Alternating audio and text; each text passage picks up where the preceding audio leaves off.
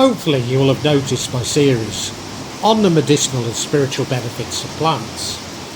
It appealed to me because of both my practice as something of a herbalist, but also what I see as my animistic beliefs. Well, in making this series, it has really got me thinking. 1. Could these medicinal and spiritual benefits be somehow connected? Whilst it seems possible, even probable, but how? 2. Are some plants inherently bad, even evil? If they are, who created them and why? And does man have the right to condemn these plants and those who use them? Hopefully you're as excited by these questions as I, as this is exactly what I propose to discuss in this vlog.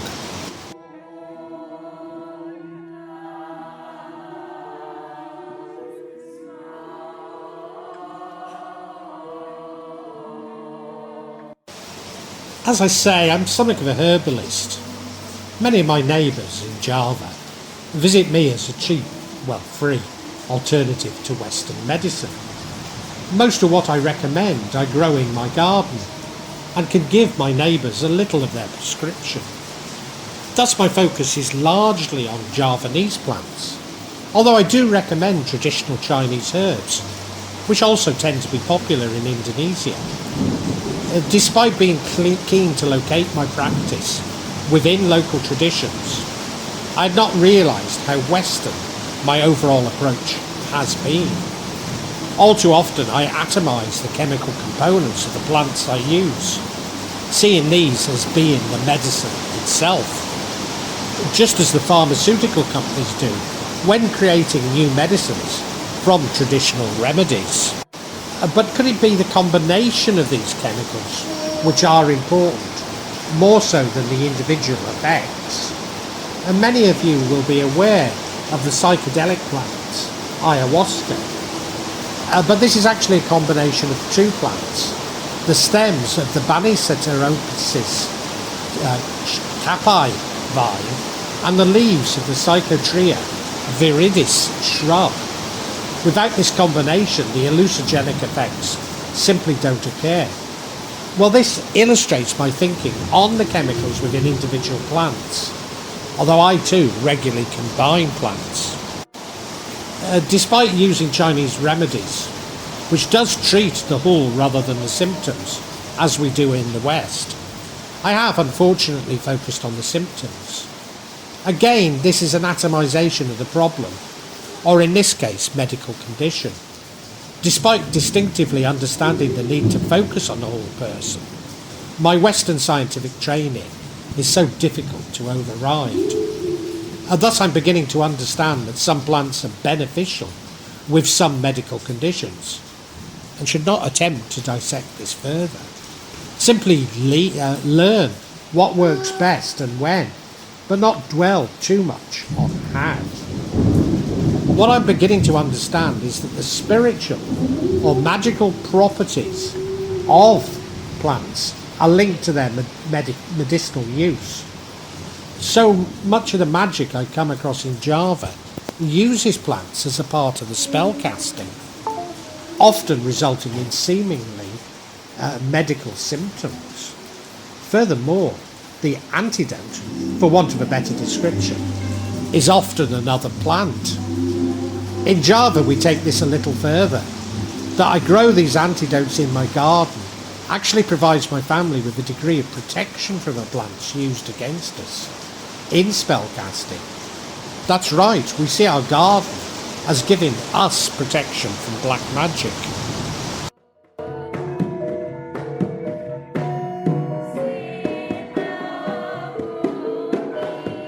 As I say, I do have an animistic approach to the material world, despite not really believing that there is a materialist world. Explaining my last comment would be beyond this vlog, but let me say I'm a non-dualist, and this will be important when we discuss if some plants are evil. So why is it that some plants can be used in black magic to harm others, and other plants seemingly negate them? Could it be that plants have a soul, which is my belief. Well, you don't need to see it as a soul, but at least a personality, which impacts their ability to cause harm or negate it. For me, for me, this soul unites the medicinal and spiritual benefits rather than their chemical composition. Thus, if we abandon the machine metaphor of the Enlightenment, we can see plants as providing some benefit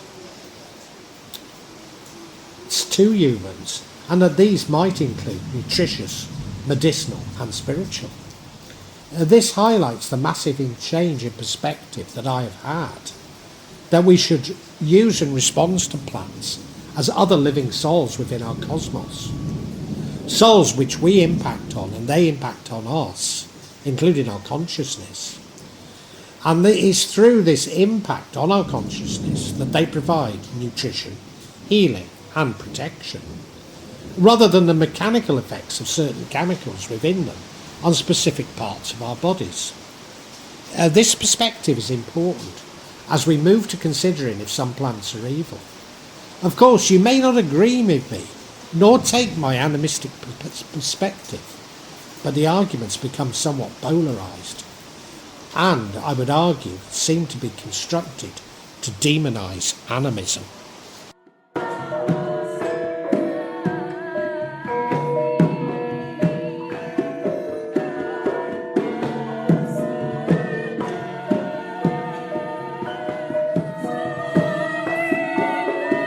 The Abrahamic religions have often defined plants as evil or satanic based on their spiritual use. But is it the plant itself that they object to, or simply an association with animism which they seek to demonise? Such plants would include mandrake, which is associated with witchcraft and dark magic, not least as it really does resemble a man and appear to scream when pulled from the ground. All species of mandragora contain highly biological active alkaloids, tropane alkaloids in particular. The alkaloids in the plant, in particular the root and leaves, poisonous fire, anti-hallucinogenic, hallucinogenic and hypertonic effects. Anti-cholorogenic properties can lead to asphyxiation.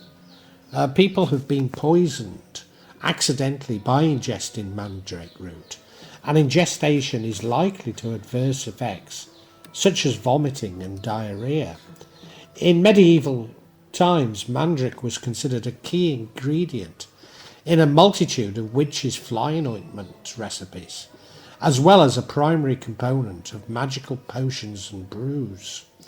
There were ethanogenic preparations used in European witchcraft for their mind-altering and hallucinogenic effects. Starting in the late Middle Ages and thereafter, some believed that these witches applied these ointments or ingested the potions to help them to fly, to gatherings with other witches, meet with the devil, or to experience the bacchanalian carousal. Hemlock. All parts of the plant are toxic, especially the seeds and the root, and especially when ingested. Ingested more than about 150 to 300 milligrams of coine, approximately equivalent to 6 to 8 hemlock leaves, can be fatal for adult humans. Narcotic-like effects can be observed as soon as 30 minutes after ingestion of green leaf matter of the plant, with victims falling asleep and unconscious gradually deepening until death a few hours later. Magical uses are purification, and it was believed to squash your libido. This is another plant that it is sacred to the goddess Hecate. Hemlock has feminine energies. Its astrological association is Saturn, and its elemental association is water. Deadly nightshade, belladonna, used in rituals for transformation, but also for attracting dark spirits. Belladonna is one of the most toxic plants known, and its use by mouth increases risk in numerous clinical conditions, such as complications of pregnancy, cardiovascular disease, gastrointestinal disorders, and psychiatric disorders, amongst other things. The symptoms of belladonna poisoning include dilated pupils, sensitivity to light, blurred vision, trachycardia, loss of balance, staggering, headache, rash, flushing, severely dry mouth and throat, slurred speech, urinary retention, constipation, confusion, hallucinations, delirium, and convulsions. Atrop belladonna and related plants, such as Datura stramonium, commonly known as Jimson weed, have occasionally been used as recreational, and I don't think I can say it, Ds, because of the vivid hallucinations and delirium they produce. These hallucinations are commonly described as very unpleasant, and recreational use is extremely dangerous and at a high risk of unintentional fatal overdose. Henbane leaves and herbage with roots are chopped and dried and then used for medicinal purposes, or in incense and smoking blends, in making beer and tea and seasoning wine. Henbane leaves are boiled in oil to derive henbane oil. Henbane seeds are an ingredient in incense blends. In all preparations, the doses has to be carefully estimated due to the high toxicity of henbane. The lethal dose is unknown. Henbane ingestion by humans is followed simultaneously by peripheral inhibition and central stimulation. Common effects of henbane ingestion include hallucinations, dried pupils, narcosis, restlessness and flushed skin. Less common effects are trachycardia, convulsions, vomiting, hypertension, hyperexia and ataxia. Initial effects typically last for 3 to 4 hours, while after effects may last up to 3 days. And known as the witch's plant, henbane has great importance during the Middle Ages, being used by magicians and healers in ritual purification by smoke, as well as in preparation of concoctions, love philtres and flying ointments. Atropine, one of the alkaloids found in henbane and other Solanaceae species, can be easily absorbed through the skin when mixed with fat or oil and rubbed to the body.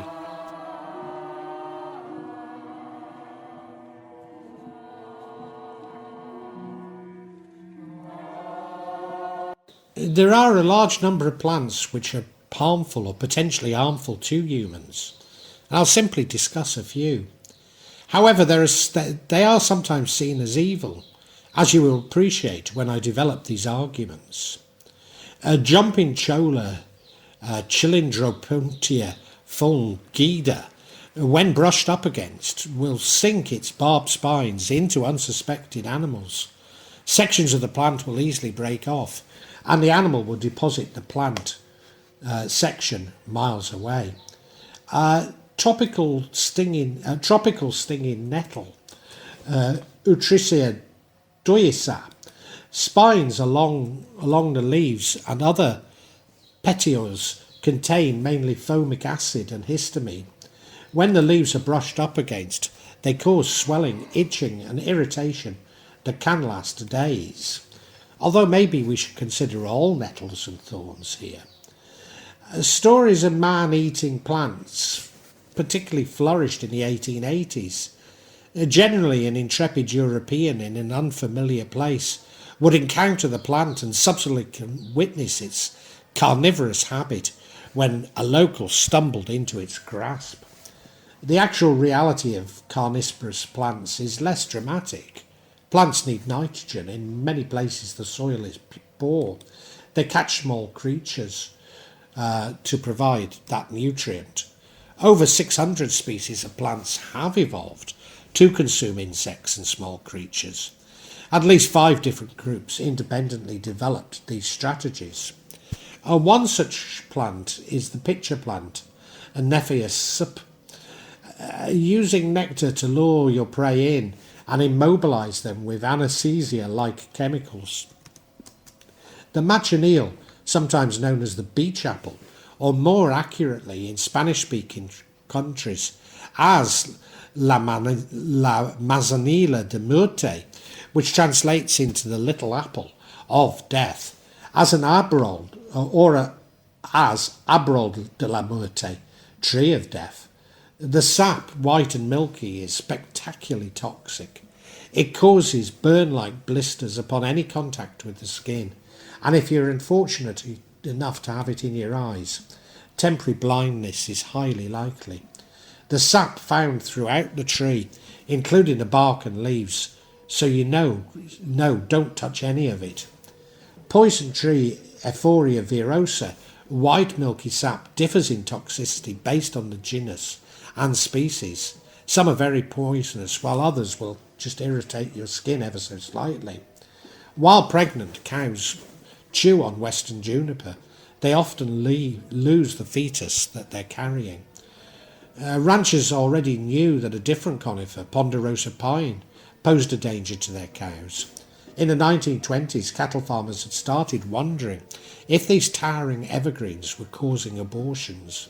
Essentially, the pine leaves caused the cow to go into labour. If it was far enough along, the calf might even be born, but weak and unlikely to survive much past birth. On the outside, the giant hogweed doesn't seem too scary. Each plant's stem is thick and stately, green with purple accents and covered in short bristly hairs. Sounds a bit like me. The leaves, which can grow up to 3 feet wide, have intricate spiky lobes and look almost like snowflakes. The plant is topped with an umbrella-shaped cluster of umbel, or of small white flowers. An invasive plant that can grow up to 16 feet tall. The sap of the giant hogweed can cause secondary burns and potentially blindness.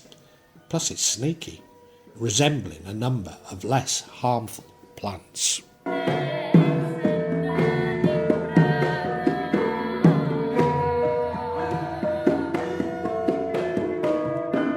Other types of plants, sometimes labelled as evil, would include those with unfortunate associations, such as Amorphophallus corpse plant, has an inflorescence that smells like a rotting cadaver.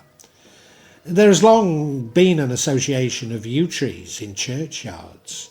There are many theories as to why, from yews being planted over the graves of plague victims to protect and purify the dead. The less exciting theory that yews could be planted in churchyards, as was one of the only places that cattle did not have access to, and therefore would not be poisoned by eating the leaves. For many centuries it was the custom for a few yew branches to be carried on Palm Sunday and at funerals. Or other plants simply because they're highly invasive, such as the common sow thistle, Sonus oleraceus. It's one of the most successful plants out there. It's found in 393 of the 843 regions listed in Scientists' Global Naturalized Alien Flora database, in more regions of the world than any other plant studied. They're not necessarily damaging the ecosystems they've colonised. Mostly we just think of them as weeds in our lawns, garden and fields. They follow us wherever we go because, in the end, however dramatic their takeover, they wouldn't have been able to do this without us.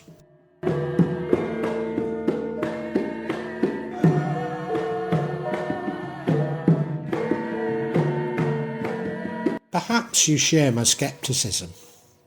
Is it not a supreme arrogance to define plants which might harm humans as evil? The humans are so important within the cosmos that anything which is seemingly against them is evil. But this is what exactly so many from the Abrahamic religions believe, not simply what we might consider to be zealots. How do they justify such arrogance? Well, the main argument goes and there are many variations to it, that if everything created by God is good, thus plants which are harmful, spiritually or physically, cannot have been created by God, but all too often Satan. You're already ahead of me, aren't you? Thus, those who use these plants, either in ritual or recreationally, are Satanists. Satanists, of course, need to be punished, not simply by God, but by the religiously devout, casting the first stone. As I say, there's a number of variations, often including an imagined hierarchy of demons, some of whom are tricksters inviting humans to use these evil plants. That these plants themselves might contain demons, or certainly are influenced by demons. Ultimately, keeping a Venus flytrap in your house is defined as worshipping Satan and exposing you to the full wrath of the religiously devout. Excuse my cynicism, but it's not this circuitous argument more about securing the superiority of a particular religious devotion by condemning beliefs of the past, and indeed others, especially animism. But isn't this exactly the sort of logic which is applied to the prohibition of narcotic plants across the world? Yes, they may be harmful to man, but does a man have any right to punish another for consuming what God has created? Indeed, many narcotics are psychotropics, such as ayahuasca. Thus, some men believe that they are so important that they have the right to regulate what goes on in our minds.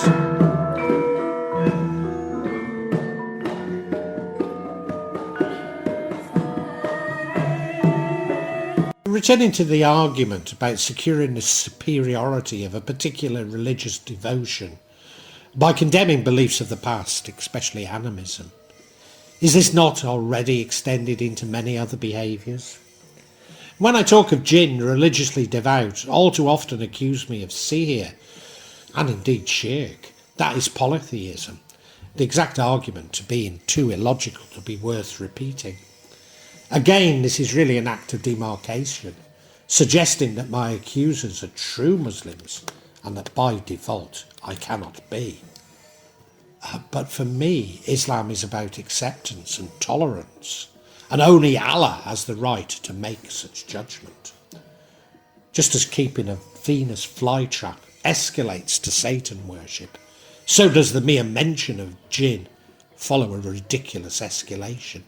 A ridiculous escalation based on false assumptions and ignorance, revealing more about the accuser's darkest shadow than the actual practice of the accused. Like the argument around did God not create the entire universe, or is some created by Satan or demons?